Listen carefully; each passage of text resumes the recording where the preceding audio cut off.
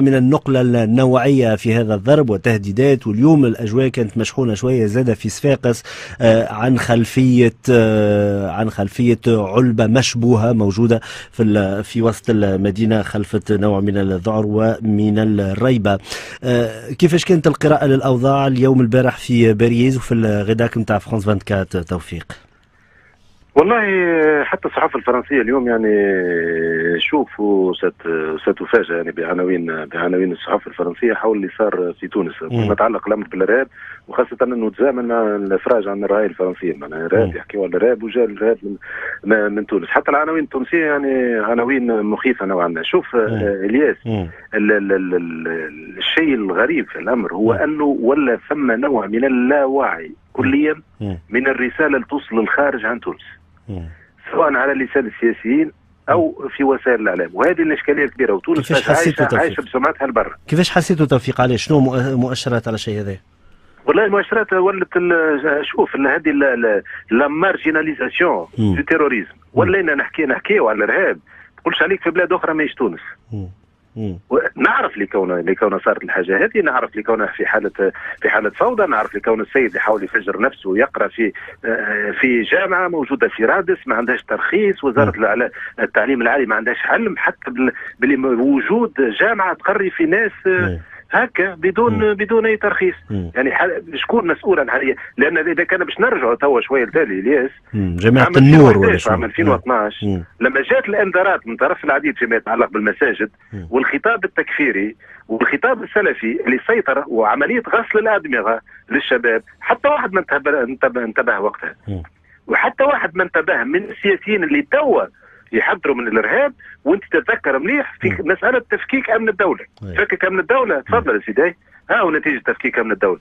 توا انت تتحمل مسؤوليه على اللي قلته، خاطر من منطلق ثوري كنت تتكلم على حاجات تدل لكونك انت ارتجالي في اداره شؤون الدوله، خاطر ما تنجمش تكون معارض وما تعرفش الدوله من الداخل وتجي تحكي على تفكيك اجهزه من الدوله. شوف امريكا ايش تعمل، تسمع في انجيلا ميركل. شوف انجيلا ميركل ارهابيه، هذه موجوده من بدايه التاريخ، مساله التنصت، مساله التجسس، كيفاش باش تحب تسيطر. توا جات الدعوه من المسؤولين بربي يا توانسه ردوا بالكم، نحذروكم اذا كان تشوفوا اي حاجه مشبوهه تبلغوا جهاز الامن. توا لا جهاز الامن لازم نبلغوها. شفت المسؤوليه كيفاش توا تخرج من الوضع هذا. الكلام الفضفاض اللي تسمع فيه في القنوات التونسيه وانه يد واحده ولحمه باش انت سياسيا ماكش قادر باش توري لي كونك انت مستعد تتفاوض مع خصمك السياسي. كيفاش انت باش تقنع شعب؟ راهو ازمه الثقه قائمه ما بين السياسيين والشعب. اي كلمه تدخل من هون تخرج من شيره الاخرى. حتى واحد ما يسمع سياسي في تونس، هذا هو الواقع المرير اللي قاعدين نعيشوا فيه. خاطر الثقه ما عادش فما ثقه في السياسيين اللي شفناه من اللي جاء من 14 فيه. كيفاش تو تحب ترجع ثقه فجاه؟ والله انا بصراحه انا اللي استغربوا هو انه عمليه الطريقه ولينا نحكيوا على الارهاب في تونس، وكان يعني شيء غريب. يعني سمعناها مره في الكنيس اليهودي في جربه لما صارت عام 2002 الناس كلها يعني كيفاش يعني صارت العمليه هذه، وكانت يعني الان تهديد والسياح يشوفوا في المشهد وعمليه خليه ازمه من قبل الفيدراليه لشركات الاسفار لاسباب نفسيه. الناس وين وين وين وين وين وين وين ماشيين؟ تقول لي وقفه شنو وقفه السلطه. اذا كان ما فماش يد الدوله، اذا كان ما فماش واحد ينجم يقول اللي كون القرارات والامور متشتته. يعني احنا كي تشوف المؤسسه الامنيه، تشوف المؤسسه العسكريه، تربي مش تمشي. فربما تكون ثم محاوله من خلال ضرب القطاع السياحي هذا انه نفس الانظار على المناطق اللي ولات مناطق عسكريه في الجبال. وتتصور تونس ولات فيها مناطق عسكريه في الجبال، معناتها هذه الناس تستخفوا بها، ولكن هذا يفترض ان يكون على الاجهزه المختصه في هذا المجال. يعني الطائرات بدون طيار لازم تكون تلعب دور، ولو ان تونس تحصلت على 3 طائرات بدون طيار، لكن يلزم تستخدم هذه الطائرات، يلزم تسلح هذه الطائرات بدون طيار. اذا كان انت باش تقول لك ان تنظيم القاعده في بلاد المغرب الاسلامي بسبب ما حصل في ليبيا، هذا الكلام نسمعوا فيه تو ولا بسبب اللي حصل في سوريا جايين، لكن ثم ناس عايدين من سوريا.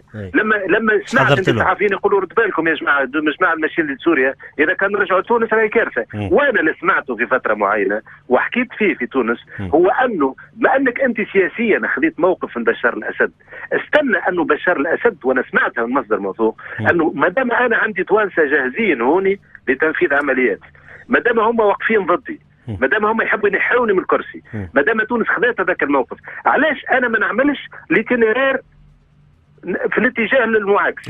يعني انت جيتني انا نعاود نبعثك، انت عطاوك 5000 دولار انا نعطيك 10000 دولار وامشي وفجر. توفيق، في الوقت يداهمنا مازال تقريبا زوز دقائق، حكيت لي على الانطباع العام في الصحافة. كانت المقالات على يون ولا داخل الصحف؟ نتصور اني عملت الريفيو دو بريس صباح. لا هو داخل الصحف، فما شكون عنوان وفما شكون كتب، لكن المقالات كانت حاده شويه معناها، خاصه لما تسمع مثلا لو فيغارو تحدث انه ماهيش في ثقافه التوانسه انه نسمعوا، فما حتى شكون اللي يقارن باللي سمع به في تونس باللي صار في العراق او اللي يصير في ليبيا، وهذه الاشكاليه. ولما تسمع حتى الاذاعات الصباح معناها الصباح فما نوع من تعرف نوع من البهته معناها الناس كيفاش معناها صايره، مش يعني بالعكس كي تسمع احيانا بعض المعلقين وكان يقول لك ما يلزموش يصير هذا في تونس، خاطر الناس توا ماشيه تونس فيهم تونس بوركيبه، تونس التعليم، تونس الصحه، تونس المستوى المعيشي، تونس مسائل الناس هذيك، خاصه الناس المتقدمين في السن ما همش هاضمين على الحكايه. هذه هي ربما الايجابيه مش داخله مخهم. ايوه، ولهنا يجي الان ما يسمى بعمليه الاتصال، عمليه الاتصال في حاله الازمه اللي ما نعرفش كيفاش نتصرفوا معها. يبدو انه على مستوى وزاره السياحه يتكلموا زاد على عمليه اتصاليه للازمه للناس اللي وافدين علينا من المانيا ولا من فرنسا ولا من غيره. يظهر لي فما عمليات استباقيه لازمها تصير على جميع المستويات. اذا كان تونس باش تكون عندها التهديد هذايا، العمليات الاستباقيه لازم تكون موجوده على جميع المستويات. وكو المجلس الاعلى للامن يقول انه اليوم اذا كان وصلنا احنا عن طريق رئاسه الجمهوريه، اذا كان وصلنا احنا الان الى يمكن تفادي الخسائر البشريه وتفادي الخسائر الماديه، على خاطر تم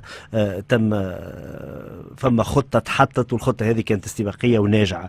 على كل فكره الذهول هذه موجوده، تونس في حاله ذهول تقول الصريح اليوم. كلمه الختام ليك توفيق مجيد في 30 ثانيه، تفضل. والله إذا شوف من منطلق كان تونسي، والله راهو أي عبارة تعرف أكثر من رصاصة، تعرف قوة التعبير تنجم تكون أكثر من كرتوشة معناها، وبالتالي لابد من الانتباه للحالة هذه. وتونس راهي ما تنجمش تعمل حتى شيء إذا كان ما تكون سمعتها في الخارج تكون سمعة مستقرة على الأقل، ما تنجمش. والضبابية السياسية هذه ما تساعدش إطلاقا أنه الوضع يستقر في البلاد، ونحسوا من نحملوا مسؤولية لحتى واحد، نحسوا باللي كون كنا مسؤولين على اللي صاير في البلاد. هذه هي واذا كان نلوموا انفسنا، بل ما نحاولوا باش نقولوا شكون هذاك وشكون هذاك، واللي هم في السلطه لازم هم بالدرجه الاولى يبداوا يقولوا حان الان، يعني جاء الوقت انه يزينا من الحكايات. والناس كل تسمع انت تجاذبات سياسيه، وقفت التجاذبات السياسيه مازالت وقفتش وكبيره وقفتش حتى باش تعين. كيفاش تحب البلاد؟ وين هو الارهاب يلقى الوكر نتاعو وقت تكون فما ضبابيه سياسيه؟ وهذاك هو الارض الخصبه اللي يوفر فيها توا يوفر فيها الوضع السياسي للاسف. شكرا لك توفيق مجيد مباشره من باريس، الصحفي زميل في فرانس 24.